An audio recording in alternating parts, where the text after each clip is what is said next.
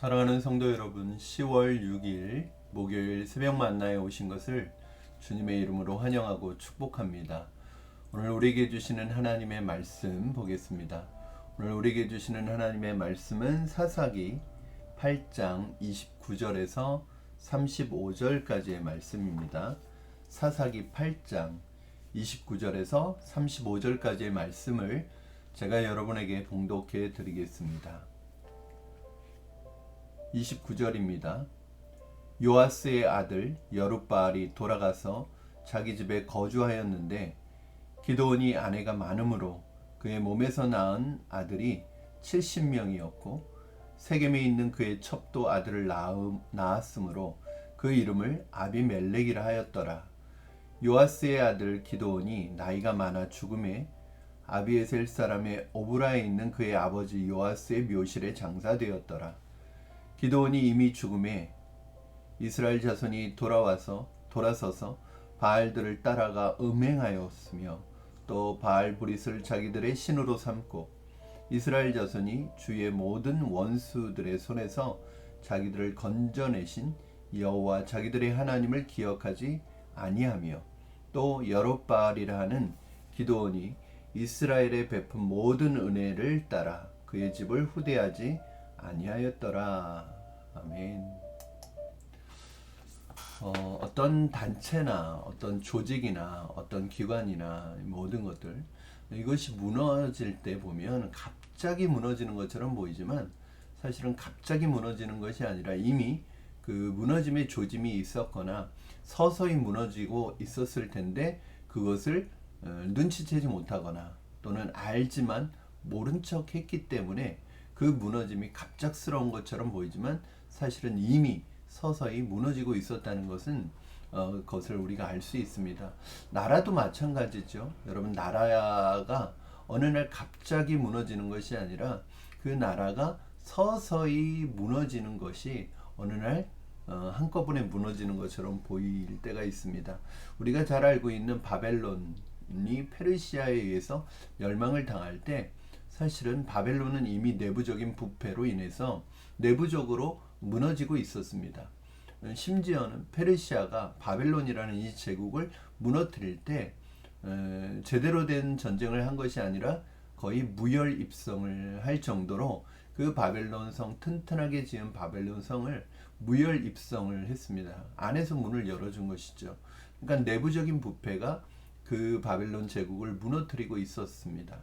마찬가지로 우리의 신앙도 마찬가지입니다. 우리의 신앙이, 어떤 사람의 신앙이 하루아침에 무너지는 것처럼 보입니다.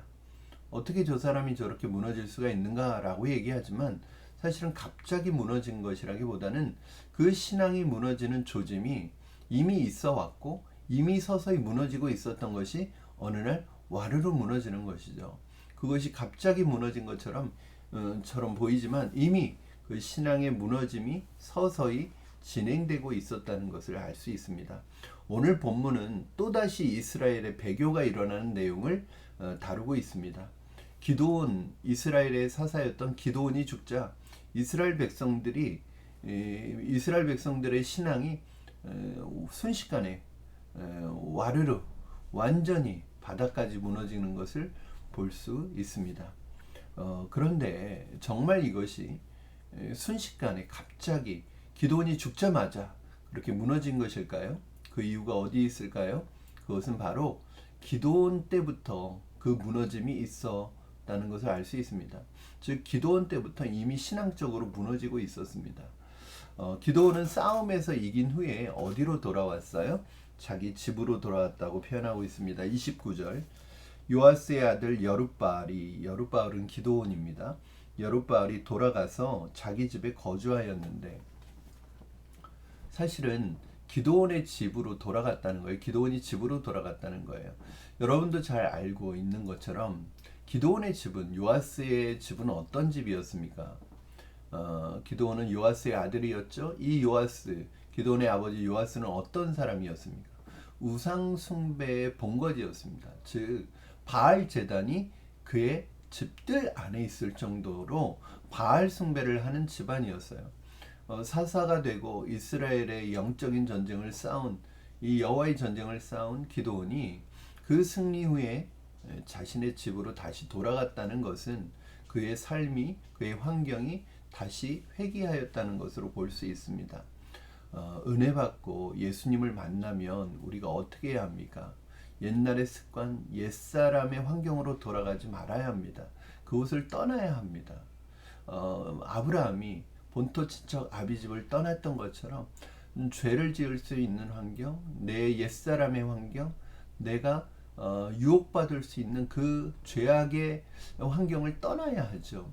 그런데 기드온은 오히려 그 하나님을 만나고 나서 다시 우상 숭배하는 자기 집으로 돌아갔다는 것을 볼 때 기드온의 신앙은 회귀하고 있는 것으로 볼 수 있습니다. 옛날로 다시 돌아가고 있는 것이죠. 가끔 TV에서 그런 사람들이 있습니다. 범죄자였는데 예를 들어서 조직의 깡패였는데 회개를 하고 심지어는 신학교까지 갔다는 거예요. 그래서 목사가 되었답니다. 그런데 이 사람이 목회 활동을 하지 않는 거예요. 열심히 다른 곳에 간증도 다니고 자신이 구원받았다고 변화되었다고 간증도 다녔지만 결국 그 환경과 그 조직에서 벗어나지 않고 그곳을 떠나지 않았기 때문에 다시 조직에 들어가고 다시 깡패가 되고 다시 조직의 보스가 되어서 하나님의 영광을 가리고 다시 옛날로 돌아가는 모습을 우리는 종종 TV를 통해서 확인할 수 있습니다. 그러나 기드온은 다시 옛날로 돌아갔습니다. 오히려 이전보다도 더 심각한 상태로 돌아갔죠. 30절, 31절 말씀 우리 같이 한번 보겠습니다. 30절, 31절 기드온이 아내가 많음으로 그의 몸에서 낳은 아들이 70명이었고 세겜에 있는 그의 첩도 아들을 낳았으므로 그 이름을 아비멜렉이라 하였더라. 오늘 본문에 보면 첫 번째는 기드온이 아내를 많이 두었는데 아들만 70명이 됐다는 거예요. 아들이 70명 정도 되려면 아내는 적어도 한 20명에서 30명 정도의 아내가 있어야 할 것입니다. 이렇게 아내를 많이 두었어요. 사실은 이 아내를 많이 두었다는 것에서 우리가 한 가지 발견하게 되는 것은 뭐냐면 이것은 바로 자기가 왕처럼 행하고 살았다는 거예요. 사실 그 시대에 왕이 아니고서야 이렇게 많은 아내를 이 많은 자식들을 둘 수가 없었잖아요.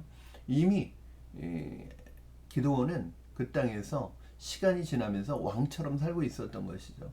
그리고 여기에서 멈추지 않고 첩을 두었는데 그 첩에 아들을 낳아서 그 아들의 이름을 아비멜렉이라고 지었대요. 이 아비멜렉이라는 뜻이 무슨 뜻이냐면은 바로 아비 이거는 나의 아버지라는 뜻입니다. 아비 아버지인데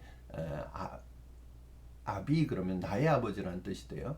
그리고 멜렉은 왕이라는 뜻이죠. 그러니까 아비멜렉 그의 어머니가 또는 그의 아버지가 그의 이름을 뭐라고 지었냐면 나의 아버지는 왕이시다 이렇게 지은 거예요.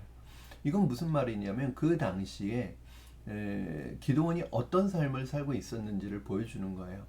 그 기드온의 첩의 아들 서자로 태어난 이 아들에게 아비멜렉이라는 이름을 붙여주었다는 것은 이미 그 시대의 사람들은 기드온이 왕처럼 그 이스라엘의 왕처럼 살고 있었다는 것을 상식적으로 다 알고 있었다는 것을 보여주는 이름이라고 할 수 있습니다. 그러니까 결국은 30절에서 31절은 무엇을 말하고 있는가? 이미 기드온은 죽기 전에 이스라엘에서 왕 아닌 왕으로 살았음을 보여줍니다.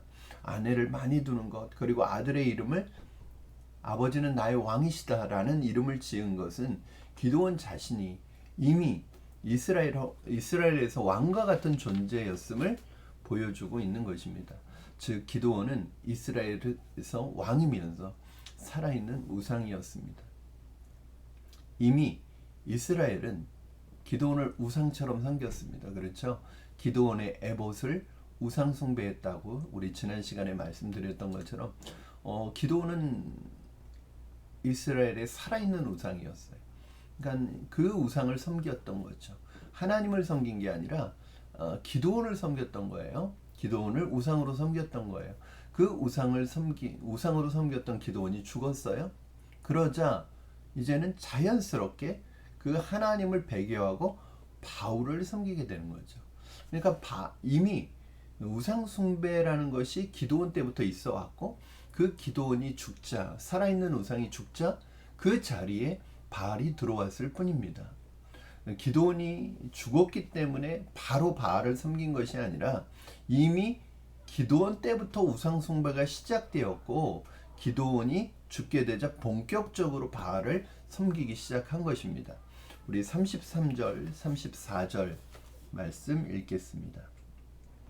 33절, 기드온이 이미 죽음에 이스라엘 자손이 돌아서서 바알들을 따라가 음행하였으며 또 바알 브릿을 자기들의 신으로 삼고 이스라엘 자손이 주의 모든 원수들의 손에서 자기들을 건져내신 여호와 자기들의 하나님을 기억하지 아니하며, 하나님을 잘 섬기고 있다가 어느 날 갑자기 하나님을 배교한 것이 아닙니다.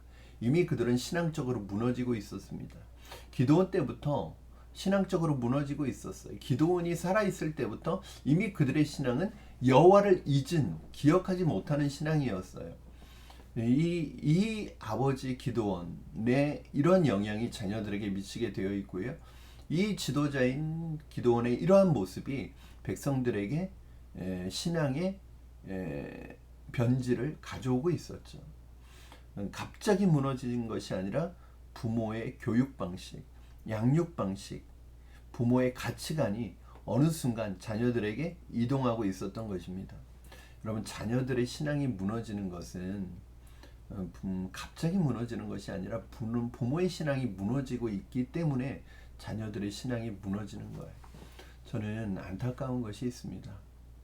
우리 부모님들이 자녀들의 신앙이 무너지는 것에 대해서 너무 무감각하고 너무 무관심하고, 그 자녀들의 신앙이 저렇게 무너져 가면 언젠가 회복되겠지가 아니라 본인의 신앙을 먼저 하나님 앞에 점검해 봐야 합니다. 자녀들의 신앙이 왜 무너지고 있을까요? 백성들의 신앙이, 그 자녀들의 신앙이 왜 무너지고 있을까요? 기드온 때문이었습니다. 기드온이 이미 하나님 앞에 무너져 있었기 때문입니다.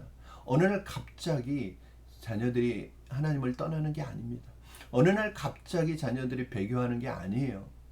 바로 이미 무너지고 있었고 무너짐이 심한 거예요. 그런데 그 모든 것이 어디로부터 올 가능성이 있느냐? 부모의 무너짐으로부터 오게 되는 것입니다. 저는 자녀들의 신앙적인 무너짐 앞에서 우리 부모님들이 철저히 회개하고 하나님 앞에 내가 먼저 주님 앞에 무릎 꿇는 자리로 돌아와야 한다고 생각합니다. 그런 감각 없이 우리 자녀들이 하나님을 떠나고 있는데, 하나님을 배교하고 있는데, 하나님을 모른 척하고 있는데, 하나님 떠나 살고 있는데, 부모의 입장에서 그것이 기도의 제목이 되지 못하고 내 가슴을 찢어서 회개하는 회개의 제목이 되지 못한다면, 여러분, 우리는 하나님 앞에서, 정말 하나님 앞에서 이 부모로서의 책임을 하나님 앞에서 고해야 될 때가 올 거예요. 사랑하는 성도 여러분, 우리 자녀 세대에서 신앙의 비극을 맛보지 않으려면 자녀 세대는 사실은 부모 세대를 보고 따라오는 것입니다. 우리 자녀들에게 세속적인 가치관 주입시키지 말고 하나님의 은혜로 사는 법을 우리 자녀들에게 가르쳐야 합니다. 신앙을 유산으로 남겨야 합니다. 문제는 부모의 문제예요. 부모가 신앙으로 살고 기도하는데도 자녀가 만약에 하나님을 떠나려고 하고 있다면 그것은 하나님께서 하나님의 손을 통해서 돌아오게 하실 거예요. 그러나 부모가 하나님 앞에 기도하지 않고 부모가 하나님 앞에 먼저 무너지고 있으면서 자녀가 하나님 앞에 돌아오기를 기다린다는 것은 어불성설이죠. 부모가 돌아오지 않는데 어떻게 자녀가 돌아오겠습니까? 사랑하는 성도 여러분, 저는 기드온의 이 실수가, 기드온의 이 치명적인 실수가 우리에게 반복되지 않기를 주님의 이름으로 축원합니다. 신앙은 서서히 무너지는 거예요. 저는 완전히 무너지기 전에 서서히 우리의 마음과 신앙을 되짚어보고 점검해보고 하나님께로 먼저 부모님이 돌이키고, 저는 기드온이 죽기 전에 먼저 하나님 앞에 돌이켰다면 어땠을까? 자녀 세대, 이제 우리 내일 본문 말씀해 보겠지만 자녀들이 다 죽습니다. 자녀들 사이에 왕이 다툼이 일어납니다. 여러분, 저는 여러분 안에 하나님의 말씀의 회복과 신앙의 회복이 일어나기를 주님의 이름으로 축원합니다. 그래서 우리 자녀 세대에 정말 믿음이 회복되고 다시 한번 하나님 앞에 나아가는 귀한 믿음의 은혜가 있기를 주님의 이름으로 축복합니다. 기도하겠습니다.